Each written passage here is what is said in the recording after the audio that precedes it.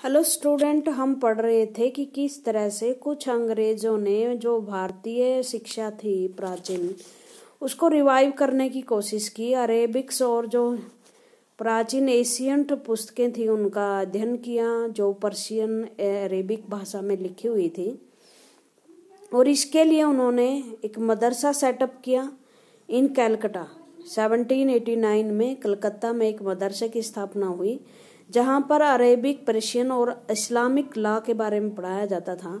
उसके बाद हिंदू कॉलेज की स्थापना हुई बनारस में, जिसे आज बनारस हिंदू विश्वविद्यालय कहा जाता है। और बहुत चीज़ों में वो मतलब साइंस की तरक्की में बहुत अच्छा काम कर रही है। 1791 में इसकी स्थापना हुई थी। Encourage the study of ancient Sanskrit Texas, जो भारत के पुराने संस्कृत पुस्तकें थी उनका अध्ययन करने के लिए, और ताकि ये देश के एडमिनिस्ट्रेशन में यूजफुल साबित हों, इसलिए हिंदू कॉलेज की स्थापना की। उसके बाद है मोमेंटन ऑफ हेस्टिंग्स। वारेन हेस्टिंग्स, क्या आप इसका नाम जानते हो? कौन है ये फर्स्ट गवर्नर जनरल थे कलकत्ता के। और ये ये एक मोमेंटो है जिसमें रिप्रेजेंट कर रहे हैं, ये क्या बता रहे हैं, इस स्टैचू का भी एक मतलब है। द इमेजिन, जो तस्वीर है, रिप्रेजेंट हाउ ओरिएंटलिस्ट मैंने आपको बता दिया है। वे लोग जो भारतीय सभ्यता, भारतीय संस्कृति, भारतीय पुस्तकों को पढ़ने में और पढ़ाने में विश्वास करते थे। Thought of the British power in India, you will notice that the majestic figure of Hastings, an atheistic sport of the Orientalist। और जब बड़ी मूर्ति बनाई गई है और वो नीचे है, तो इसका मतलब क्या है कि हाँ, वारेन हेस्टिंग्स बहुत ज़्यादा सपोर्ट करते थे ओरिएंटलिस्ट को। In place between the standing figure of A Pandit on one side and A seated Munshi on the other side. एक हिंदू पंडित एक तरफ है और एक मुंशी जो किताबें वगैरह लिखते थे वो एक तरफ है। Hastings and the other orientalist needed Indian scholar to teach them the vernacular भाषाएं वो होती है जो यहाँ की भाषाएं होती हैं, लोकल लैंग्वेज होती हैं। तो हेस्टिंग्स और दूसरे लोगों को ज़रूरत थी ऐसे मुंशीज, ऐसे लोगों की जो उन्हें यहाँ की लैंग्वेज समझा सकें। Tell them about local custom, उन्हें यहाँ के लोकल जो रीति रिवाज हैं, कानून हैं, उनके बारे में बताएं। And help them translate the interpreted ancient books, और ऐसे लोग उन्हें जो पुरानी किताबें हैं उनको ट्रांसलेट और उनकी व्याख्या करने में मदद करें। Hastings took the initiative to set up the Calcutta Madrasa and believed that the ancient custom of the country and Oriental learning ought to be the basis of British rule on the British rule। और Warren Hastings समझते थे कि जो भारत की प्राचीन संस्कृति है, विद्या है और जो रीति रिवाज हैं, वो यहाँ ब्रिटिश रूल को अगर वो समझ लेते हैं, उन पुरानी चीज़ों को, ब्रिटिश रूल को समझने में, ब्रिटिश रूल को यहाँ पर फैलने में मदद करेंगी। ओरिएंटलिस्ट का मीनिंग आया है, ये देख लेना। Those with A scholarly knowledge of the language and culture of Asia, जो एशिया और की लैंग्वेज और कल्चर में विश्वास करते हैं। Not all officials shared these views. Many were very strong in their criticism of the Orientalist। लेकिन बहुत सारे ऑफिसर इस तरह का व्यू नहीं रखते थे, वो सहमत नहीं थे वारेन हेस्टिंग्स से। वो ओरिएंटल से इतर व्यूज रखते थे, मतलब उससे अलग सोच रखते थे। Grave of error of the East, grave error of the East, ये कहता है, ग्रेव मैंने होता है जो दफन करने वाली एरर होती है, मतलब ज़्यादा डेंजरस एरर होते हैं, गलतियां होती हैं ईस्ट की। From the early 19th century many British official began to criticise the orientalist vision of learning. 9वीं शताब्दी में बहुत सारे ब्रिटिश ऑफिसर आए जिन्होंने जो वारेन हेस्टिंग्स का दृष्टिकोण था कि पूर्वी शिक्षा दी जानी चाहिए, उनका आलोचना शुरू कर दी। उन्होंने कहा कि ये बैकवर्ड शिक्षा आधुनिक मॉडर्न जमाने में ये चलेगी नहीं, आप क्यों ऐसी शिक्षा दे रहे हो जिसका कोई भी भविष्य ही नहीं है। They said that knowledge of the east was full of error. उन्होंने कहा कि ये जो पूर्व में नॉलेज है ये बड़ी गलतियों से भरी पड़ी है, इनको कुछ नहीं पता, यह मतलब अनसाइंटिफिक है, मतलब इनके पास कोई साइंटिफिक नॉलेज नहीं है, जो भी है वो सब कल्पना पे आधारित है। Eastern literature was non serious. जो ईस्टर्न जो विद्या है वो सीरियस नहीं है। A single shelf of a good European library was worth the whole native literature of India and Arabia. और ये कहते हैं, सॉरी ये कहते हैं कि एक अलमारी में यूरोपियन की जो बुक्स हैं, एक अलमारी में जो हैं वो ज़्यादा अच्छी हैं जो whole native literature of India and Arabia.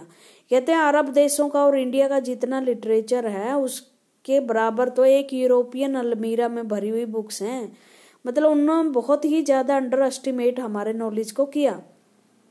He urged that the British government in India stop wasting public money in promoting Oriental learning, for it was no practical use। और उन्होंने कहा भारत में जो ब्रिटिश गवर्नमेंट है वो पैसे खर्च कर रही है खाम खाई के, और वो इसका कोई यूज नहीं है इन भाषाओं का, और ना ही इनका कोई प्रैक्टिकल यूज है। इसलिए हमें क्या करनी चाहिए, जो एनर्जी और पैसा है वो हमें वेस्टर्न एजुकेशन पे लगाना चाहिए। वेस्टर्न एजुकेशन का मतलब जो अंग्रेजों की शिक्षा है उस पे लगाना चाहिए। With great energy and passions Macaulay emphasis the need to teach the English language. बहुत ही महान एनर्जी के साथ मैकाले, लॉर्ड मैकाले, इसने भारत में जो सिविल सर्विसेज होती है ना उनकी नींव डाली थी। पुलिस फॉर्मेशन जो आज आप देखते हो, सेटअप देखते हो, वो लॉर्ड मैकाले की ही देन है। तो लॉर्ड मैकाले ने बड़ा जोर दिया कि इंग्लिश लैंग्वेज सिखाई जाए, इंग्लिश पढ़ाई जाए। He felt that the knowledge of English would allow Indian to read some of the finest literature of the world has produced. It would make them aware of the development in the Western science and philosophy। वो कहते हैं कि भाई सबसे बढ़िया literature कहाँ है, western का है, और वो हमें इंडियन को पढ़ाना चाहिए ताकि जो वेस्टर्न में हो रहे डेवलपमेंट है। देखो ये बात सच थी कि वहाँ बहुत तीव्र गति से मॉडर्नाइजेशन आ रहा था, टेक्नोलॉजी आ रही थी, साइंस का डेवलपमेंट हो रहा था। तो लॉर्ड मैकाले चाहते थे कि जो साइंस, फिलॉसफी और दूसरे डेवलपमेंट वेस्ट में हो रहे हैं, वेस्ट में यूरोपियन देशों में हो रहे हैं, उनका ज्ञान भारतीयों को मिले। Teaching of English could thus be a way of civilise people. उन्होंने कहा ये पता नहीं तरक वो कहाँ से ढूंढ के लाए कि इंग्लिश पढ़ाना मतलब लोगों को सिविलाइज करना है।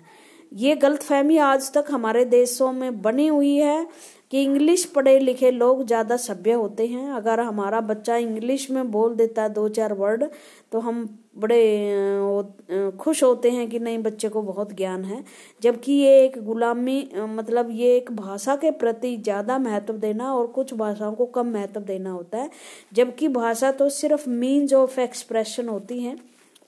आपके शब्द आप किस तरह से एक्सप्रेस करते हो सिर्फ भाषा के इतनी ही है, इतना ही रोल। अगर आप बहुत अच्छे ढंग से अपने एक्सप्रेस कर सकते हो किसी भी लैंग्वेज में, चाहे वो हरियाणवी है, चाहे वो पंजाबी है, चाहे वो राजस्थानी है, इसका मतलब आपकी कम्युनिकेशन स्किल अच्छी है। लेकिन आप ये नहीं कह सकते जो इंग्लिश बोलने वाला वो ज़्यादा सभ्य है, ज़्यादा कल्चर है, ज़्यादा इंटेलिजेंट है और ज़्यादा मॉडर्न है। चेंजिंग, और ये अच्छा हुआ हमारी जो नई एजुकेशन पॉलिसी आ रही है उसमें वर्नाकुलर जो लैंग्वेजेस हैं, हमारी भाषाएं हैं, मातृभाषाएं, उनको 5वीं तक बच्चों को उसी में शिक्षा देने का प्रावधान है। बहुत अच्छी बात है। Changing their taste, value and culture. और लॉर्ड मैकाले की ये थ्योरी थी कि अगर वो इंग्लिश पढ़ेंगे तो सभ्य हो जाएंगे, वैल्यू और कल्चर का टेस्ट बदलेगा। पता नहीं क्यों उन्हें लगता था कि हमारी कल्चर जो है सही नहीं है और हमें बदलने की ज़रूरत होती है।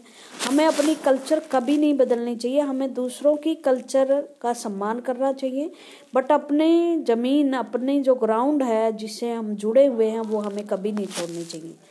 कभी अपनी कल्चर को भाषा को, रहन सहन को, पहनावे को दूसरों से हीन नहीं समझना चाहिए, क्योंकि जितनी भी भाषाएं हैं, जितने भी रहन सहन है, जितने भी कल्चर हैं, वो सब डाइवर्सिटी का प्रतीक है, हीनता का प्रतीक नहीं होते। ये भिन्नता है और इसी से समाज में रंग है।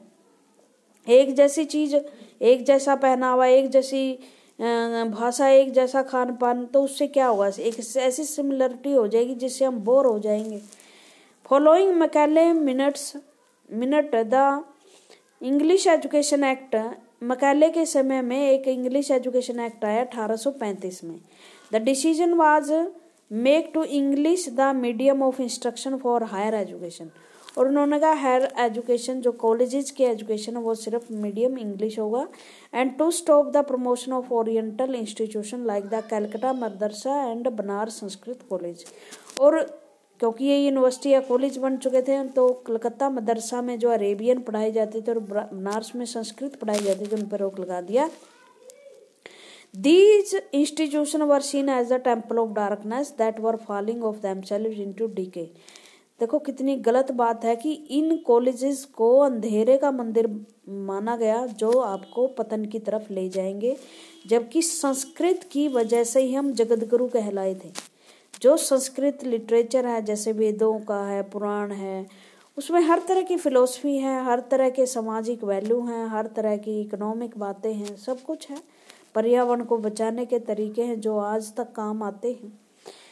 लेकिन वही हमारे शासक थे, तो शासक निर्धारित करते हैं कि हमें सब्जेक्ट्स को पढ़ना क्या है, सब्जेक्ट्स में ना आपकी प्रजा को पढ़ना क्या है। English not at all official shared this view, many were very strong in their criticism of orientalism. कुछ वर्ड्स हैं, ये आप पढ़ लेना। मुंशी है, एक पर्सन है जो रीड राइट कर सकता है पर्शियन लैंग्वेज को, ओनली पर्शियन लैंग्वेज को। वैसे तो मुंशी शब्द आपको पता है फेमस हो गया, जो बनिए महाजन के यहाँ लिखाई का काम करते थे उनको मुंशी बोला जाता था, बट यहाँ पर्शियन के लिए लगा है। वर्नाकुलर, ये भी याद कर लेना, generally use to refer a local language, local language या मदर टंग जिसे बोलते हैं, ठीक है, उनको हम क्या कहते हैं, वर्नाकुलर लैंग्वेज कहते हैं। उसके बाद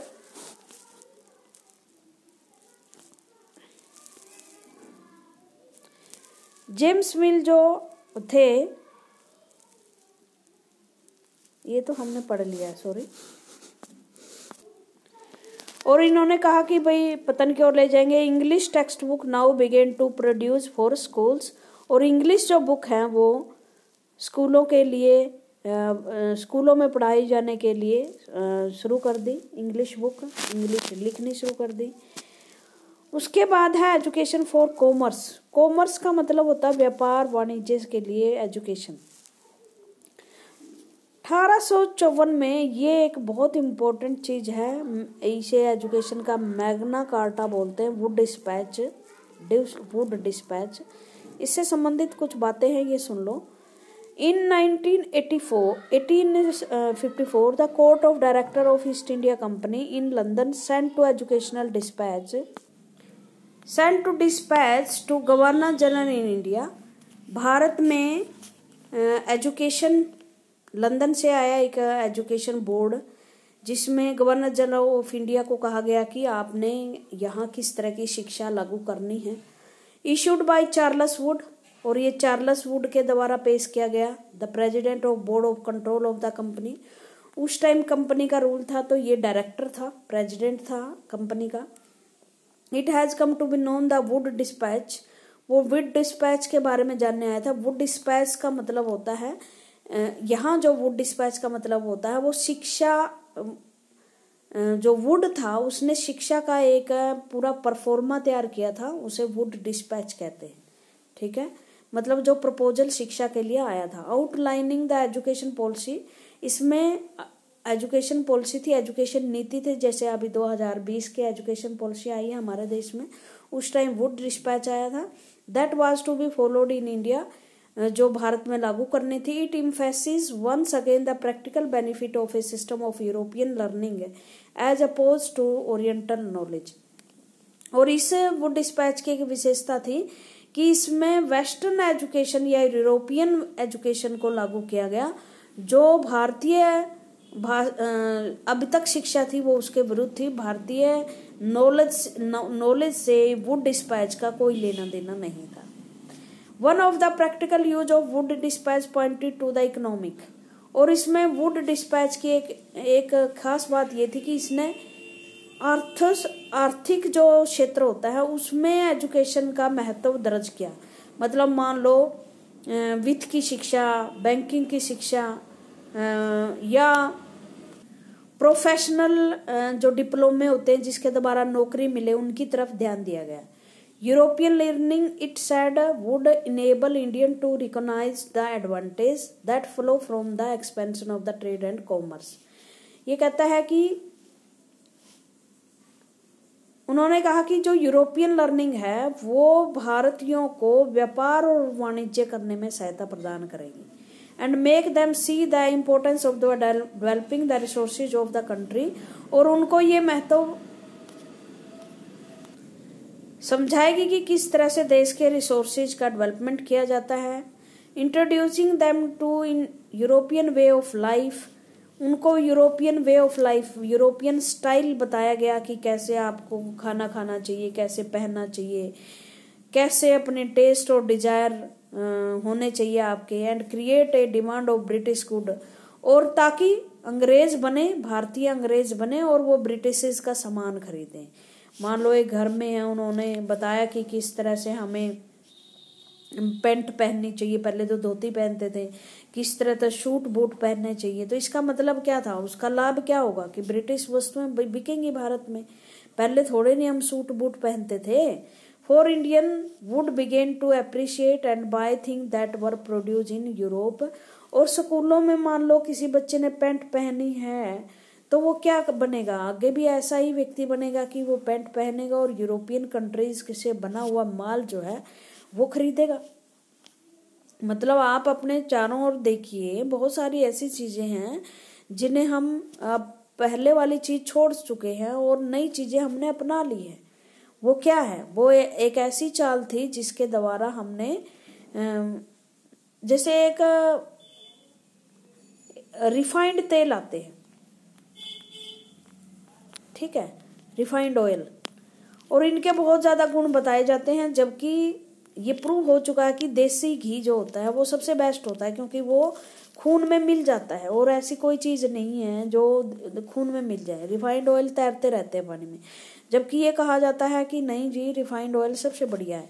ये क्या था, ये ऐसी चीजें थी जो हमारे बाजार में प्रवेश करानी थी उनको, और ताकि हम उन चीजों को खरीद सकें, यूरोपियन स्टाइल में जीना सीख जाएं हम।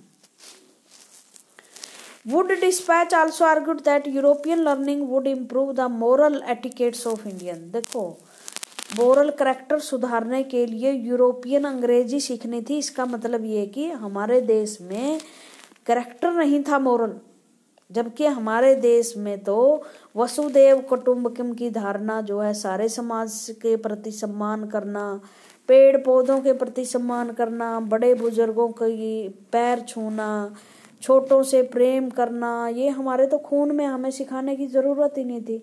एटिकेट्स तो उनको सिखाने की जरूरत है नहीं जो शादी होते माँ बाप से अलग होके, जब माँ बाप बीमार होते हैं तो उन्हें नर्सिंग होम में भेज दिया जाता है और एक बार हाय हेलो करने जाते हैं महीने में। हमारे यहाँ तो बुजुर्ग को बड़ी सेवा की जाती है। पेरेंट, आज तो चलो और माहौल हो गया, उस टाइम तो जब तक घर का बुजुर्ग था, घर की फैमिली अलग नहीं होती थी। आप महाभारत रामायण के टाइम देखो कि एक सौतेली माँ के कहने पर राम 14 वर्ष के लिए वनवास चले जाते हैं। वो हमें किस तरह का करैक्टर सिखाना चाह रहे थे समझ से बाहर है, बट चलो वो शासक थे। It would make them truthful and honest, वो हमें सच्चा और ऑनेस्ट बनाना चाहते थे। भाई सच्चाई को तो हम अपना धर्म मानते हैं। एंड थस सप्लाई द, और ऑनेस्ट वो कैसे बनाएंगे जब वो खुद ऑनेस्ट नहीं है, वो हम पे राज करके हमारे चीजों का शोषण कर रहे थे, यहाँ लूट खसोट मचा रहे थे। वो उनका तो सारा ही जीवन झूठ था। झूठ ये था कि हमें अपने देश में अपना राज करने का अधिकार है, लेकिन वो खुद कर रहे थे, तो वो हमें कैसे ऑनेस्ट बना सकते थे। And thus supply the company with civil servant who could be trusted and dependent upon. ये बात सही है, वो एक ऐसे सिविल सर्वेंट भारतीयों को ऐसे सर्वेंट बनाना चाहते थे, नौकरी देना चाहते थे कि वो उन पर विश्वास किया जा सके। The literature of the east was not only full of grave error. ये कहता है कि जो ईस्ट का लिटरेचर है वो केवल गलतियां ही नहीं है, it could also not instil in people a sense of duty. उससे आदमी में सेंस ऑफ कर्तव्य का भाव नहीं आता। भाई ये सरासरी गलत है, चलो हम पढ़ रहे हैं, लेकिन ये अंग्रेजों की सोच थी कि इससे ड्यूटी का भाव नहीं आता, जबकि हमारे यहाँ तो ड्यूटी कर्तव्य को सर्वोपरि माना गया है। गीता पढ़ लो, चाहे और कुछ पढ़ लो, रामायण महाभारत एशियंट ग्रंथ कोई भी उठा लो, परम धर्म है, कर्तव्य परम धर्म माना गया, धर्म ही ड्यूटी है हमारे यहाँ तो। और काम के प्रति हम जी नहीं चुराते, ये कहते हैं काम के प्रति कमिटमेंट करेंगे। Nor could it develop the skill required administration, और ये कहते हैं कि नहीं, एडमिनिस्ट्रेशन की स्किल भी नहीं है। जबकि हमारे यहाँ चाणक्य जो 2,500 साल पहले पैदा हुए, उन्होंने एडमिनिस्ट्रेशन का लिख दिया था कि कैसे मंत्री होने चाहिए, कैसे नौकर होने चाहिए, कैसे गुप्तचर होने चाहिए, कैसे किसान होने चाहिए, कैसा राजा होना चाहिए। और अब तक हमने बड़े बड़े राज्य, अफगानिस्तान तक राज्य संभाले हैं, तो वो अपने एडमिनिस्ट्रेशन के बेस पे थे, अंग्रेज नहीं आए थे हमें बताने के लिए। Following the 1854 dispatch, several measures were introduced by the British education department of the government were set up to extend control over all the matter regarding education। अब 1854 में विद डिस्पैच आया, बहुत सारे काम किए गए, एजुकेशन डिपार्टमेंट स्थापित किया गया। आधुनिक जो शिक्षा देखते हो आप, वो उन्होंने स्थापित की ताकि ज़्यादा से ज़्यादा एजुकेशन को सरकार द्वारा कंट्रोल किया जाए। Step were taken to establish system of university education, university स्थापित की गई। वैसे हमारे यहाँ विश्वविद्यालय होते थे, तक्षशिला विश्वविद्यालय आज से 2500 साल पहले पुराना होता था, नालंदा विश्वविद्यालय। तो इसका मतलब ये नहीं कि हमारे यहाँ यूनिवर्सिटीज़ नहीं हुआ करती थी, लेकिन कुछ शासकों की वजह से या बाहर के आक्रमणकारियों की वजह से हमारी जो एशियंट शिक्षा थी वो पीछे रह गई थी। तो वर्तमान ढंग की एजुकेशन यूनिवर्सिटी जो है वो स्थापित की गई 1857 while the sepoy rose in revolt in Meerut and Delhi university were being establish in Calcutta, Madras and Bombay. 1857 में जो विद्रोह हुआ, जो हमने 5वें चैप्टर में बताया है, कलकत्ता, मद्रास और बम्बई में यूनिवर्सिटी स्थापित की गई। Attempt were also made to bring about change within the system of school education, और स्कूल एजुकेशन में के सिस्टम में चेंज लाने की कोशिश की। ऐसा चेंज जो ब्रिटिश सरकार को यहाँ पर श्योरिटी दे, ब्रिटिश सरकार के हिमायती एजुकेशन की यहाँ पर कोशिश की गई। Thank you.